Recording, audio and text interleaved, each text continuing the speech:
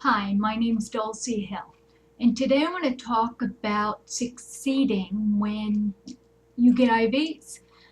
So many of us with MS get IVs so often that it's just terrible when they don't do it right the first time. Um, my worst experience was many years ago. I had gone in for some steroids, and the nurse actually took 6 times to try to get the vein, and then she was digging around, and something happened in my brain where it just snapped, where I couldn't deal with IV sticks anymore.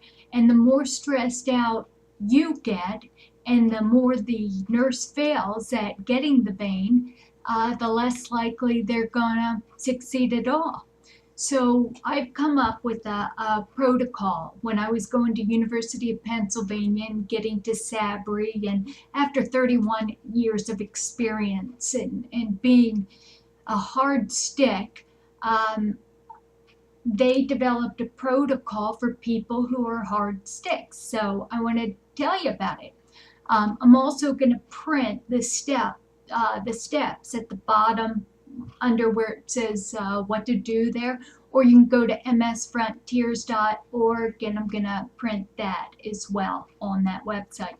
Anyway, the day before, this is you got to prep. You got to drink 2 ounces of water right when you get out of bed. Two ounces. That didn't make any sense.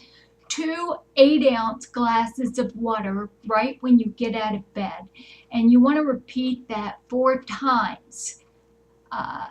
4 times that day. So every 2 or 3 hours, drink another 2 8-ounce glasses. You can also leave a glass in the bathroom, and whenever you go to the bathroom, drink another 8-ounce glasses of water. A glass of water. Make sure that you either wear a diaper that day or just frequent the bathroom every hour or two so there's no accidents. The morning of your IV, right when you get out of bed, drink the 2 8-ounce glasses of water again.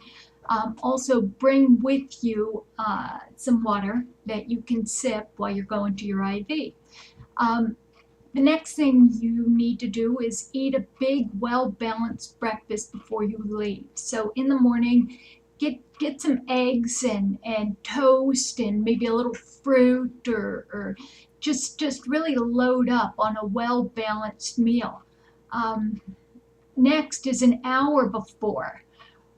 If you have Thera-bands or weights like 5 or 8 pound weights, it's really good to lift some weights and pump up those muscles, because the veins on top of those muscles, you'll become more vascular and they'll stand out more.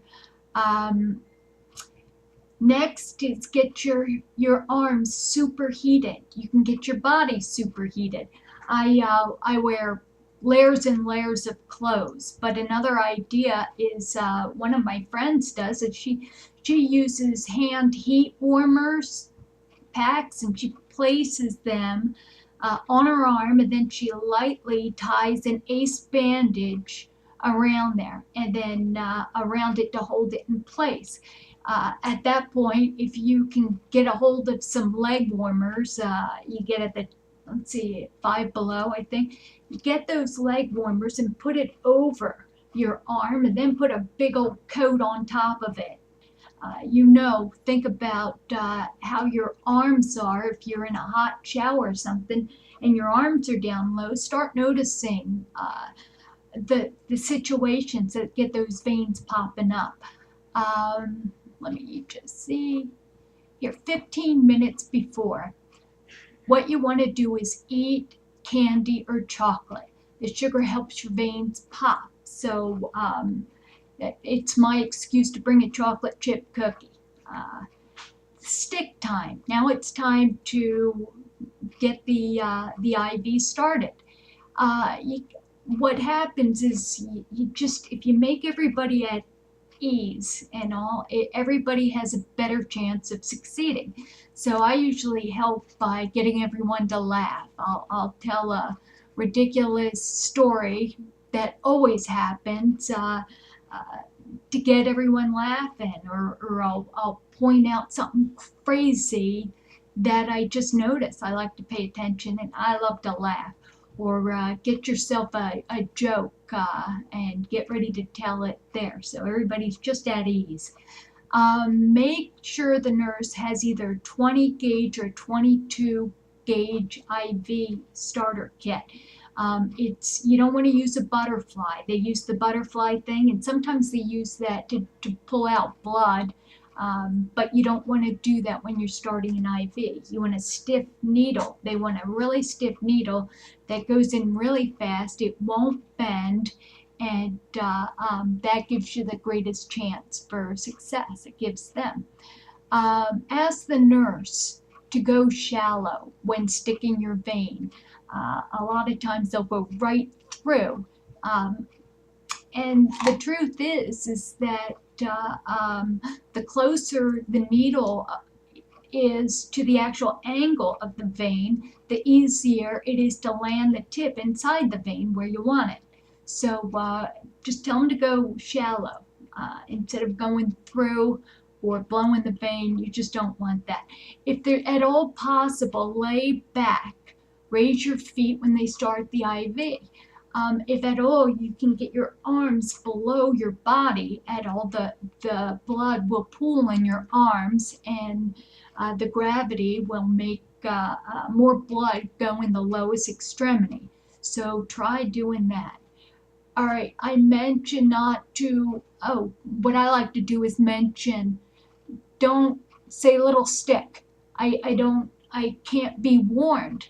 If I am warned, and I tell them, my veins have ears, so if you warn them, they're gonna roll. They're gonna, and I get stressed out. I react, and I tell them, if you're gonna say a little stick, there's a better chance of you getting slugged than you getting the needle in my body, because I'll like pull back. So I tell them, just do it. And that seems to work better. All right, say the nurse fails the first time. Make sure the nurse at this point is anchoring the site. All right, see, you're getting your IV, and I got a good vein over here. If they pull the skin tight with one hand and they run over the vein and they run the IV needle in with the other hand, the vein is not going to be likely to roll. So now they're holding the vein in place, and they're pulling the skin real tight so that it won't mess up the vein. That gives them the best chance there. Another thing you can do is, while they're doing that, start flicking the vein for them there, and that will help that vein sit up. It just stand, just really produce, and that's that local stimulation makes your veins grow. All right, so now you're at a time where the nurse doesn't succeed the second time. At this point, ask for the best IV nurse. Ask for the pitch hitter. Do not be concerned about their feelings. Because their feelings will get better a long time before your blown veins and the bruises go away. So don't worry about hurting their feelings. That actually won't happen. Asking for the pitch hitter or the best IV nurse actually helps yourself, but it also helps the nurse, because very seldom will the nurse tell you, look, I'm really getting afraid. They'll just keep trying. They're trained to do this. So just give them a break and say, I'm more comfortable with your best IV nurse at this point, especially if they hit you twice, because the third time somebody's going to hit you and you're going to make sure they do. charitably volunteering to help a less experienced nurse perfect their technique should be left to those of us not suffering enough with MS or the reason why we're getting the IV. Say, all right, now the nurse has succeeded. Make a big deal. Thank the nurse. Tell them how good they are so that the nurse associates you with you're a friendly person and you're a good stick because you've made everybody at ease and you're celebrating how wonderful they are. Anyway, please subscribe. Go to msfrontiers.org and go to Facebook. We have the 4 different, or no, I think we have 6 different support groups there for you. God bless you. I pray for all of you, and please respond if this helps you there, because I live to make your life better. Anyway, God bless you, and please subscribe and keep coming back.